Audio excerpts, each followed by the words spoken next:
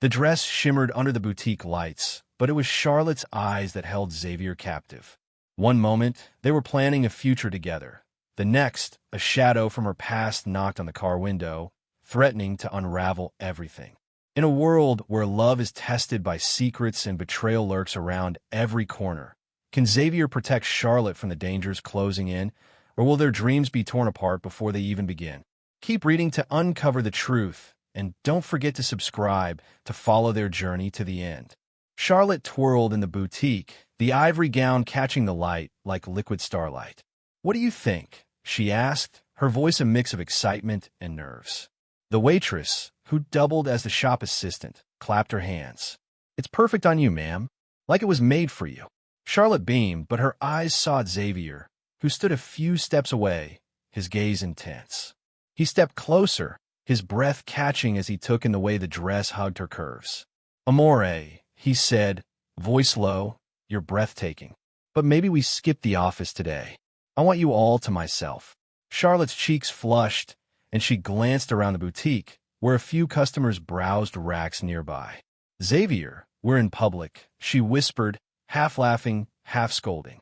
"And we've got work piling up." "The office can wait," he replied, his hand brushing hers, sending a spark up her spine. "Go change. I've got somewhere special to take you." Before she could argue, he gently nudged her toward the fitting room. Minutes later, Charlotte emerged in her regular clothes, the gown carefully draped over her arm. At the counter, the assistant smiled. "So, keeping the wedding gown on hold?" "Yes," Xavier answered before Charlotte could speak, his tone firm. Charlotte's eyes widened. She'd mistaken his earlier silence for doubt, but now she saw the certainty in his gaze. He loved her choice. Loved her. "Thank you, ma'am," the assistant said, tucking the dress away. "It'll be safe here." Xavier took Charlotte's hand, leading her to the parking lot. They slid into his sleek black car, the engine purring to life. But before he could pull out, a sharp knock on the window startled them. Charlotte turned and froze. Sebastian stood outside, his face a mix of desperation and defiance. She stepped out, her heart pounding. "Sebastian, what are you doing here?" she said, her voice sharp. She lifted her hand, the engagement ring glinting. "I told you to move on. I'm engaged." Sebastian dropped to his knees, his voice cracking. "I'm sorry, Charlotte. I know I hurt you. Just give me a chance to be the man you deserve." Xavier stayed by the car, his jaw tight, letting her handle it. But his eyes never left Sebastian, every muscle coiled like spring. "Sebastian, please," Charlotte said, glancing back at Xavier. "I'm happy. I moved on. You need to do the same." She gave him one last look, then returned to the car. Xavier slid into the driver's seat, his expression unreadable as he pulled onto the road. Charlotte stole glances at him. "What's wrong?" she asked softly. "You're quiet. And this isn't the way to the office." "We're not going to the office," he said, his voice calm but firm. "We're almost there." "Oh," she murmured, embarrassed for not noticing sooner. He pulled up to a charming duplex nestled in a quiet neighborhood, its white walls glowing under the afternoon sun.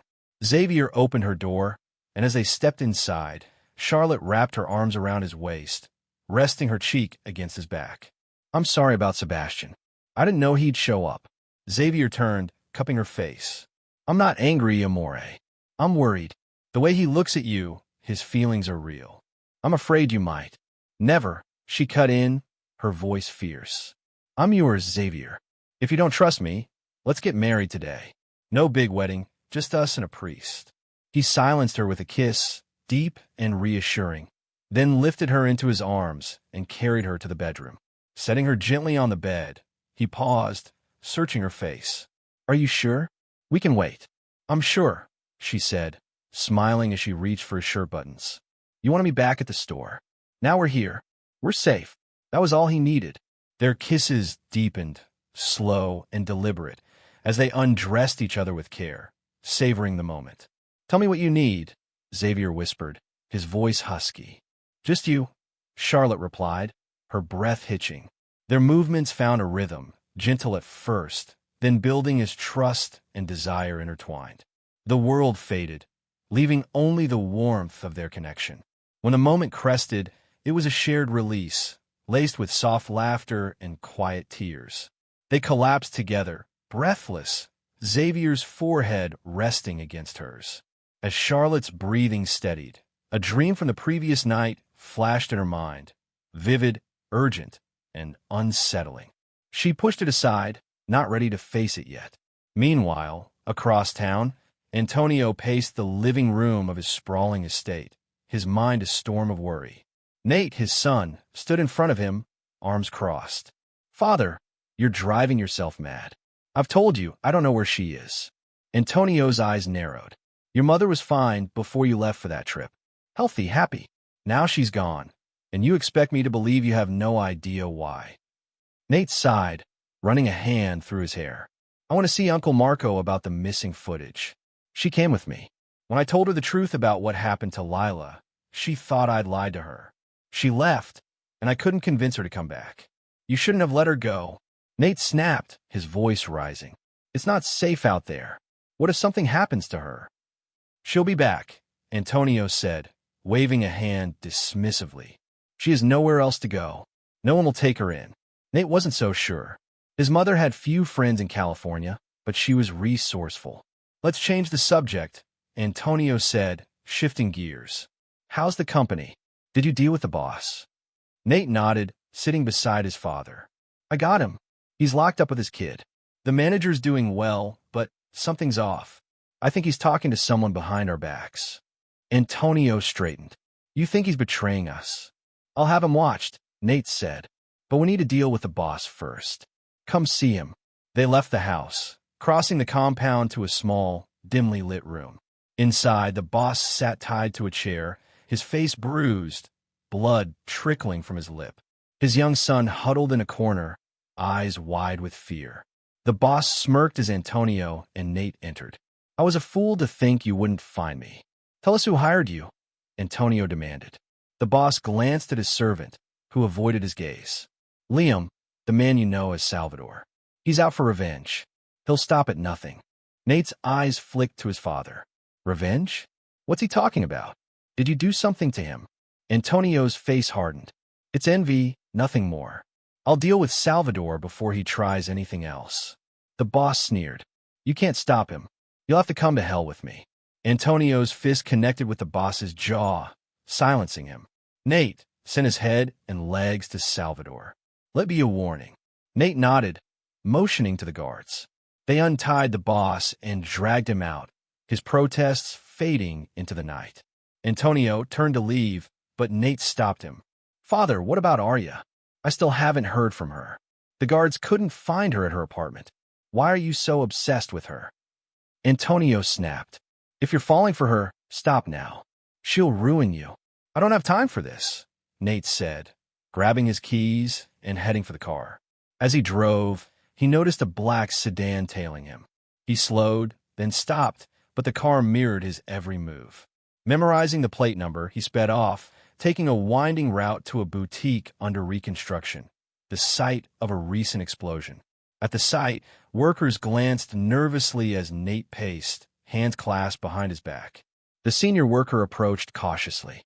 "Sir, how can we help you?" "Tell Xavier I'm here," Nate said, his tone sharp. "Don't keep me waiting." "He's not here," the worker stammered. "He only comes for scheduled visits." Before Nate could respond, Xavier's voice cut through the air. "What do you want, Nate?" Nate turned, a grin spreading across his face. "Dear nephew, it's been a while. Don't you think it's time we had some fun?" Xavier's eyes narrowed. "Why are you here? This isn't your place." "I know you have Arya," Nate said, stepping closer. "Release her before I go to the police. She's paid enough for her mistakes." "What makes you think I have her?" Xavier shot back. "You're paranoid." Nate leaned in, his voice a low hiss. "I know you're planning a wedding with Charlotte. If you don't let Arya go, I'll take her before the ceremony. I'll make sure she suffers." Xavier's fist connected with Nate's jaw, sending him sprawling. He pinned him down, landing blow after blow until Alex, his cousin, pulled him off. "Enough, Xavier!" Nate laughed, blood dripping from his mouth. 2 days. Bring her back, or it's war." Xavier and Alex stormed into the building, but Xavier couldn't focus. Nate's threats echoed in his mind. "Don't let him get to you," Alex said. "He's bluffing." "I need to see my father," Xavier said, grabbing his keys. At the mansion, he overheard his father, Mr. Shea, speaking to an informant. "Xavier can't know Lorenzo's back in town. If he finds out, he'll go after him, and we won't be able to stop him." Xavier froze. Lorenzo, the man who'd nearly killed Alex years ago, was back. And now Charlotte was missing. Jasper burst into the office later, breathless. Her bag's still at her desk, but she's gone. Xavier's heart sank. He'd received an anonymous tip about her location, but hadn't acted, fearing a trap. "We can't rush in," he told Jasper. "Lorenzo's involved. We need a plan."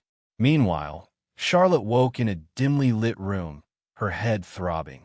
Lorenzo loomed over her, his finger tracing her cheek. "Too beautiful to let go," he murmured. Salvador, standing nearby, frowned. "This wasn't the plan. We need her to lure Antonio's wife." "I'll keep her at the bar," Lorenzo said. "She'll make us a fortune." Charlotte's eyes snapped open as they left, her heart racing.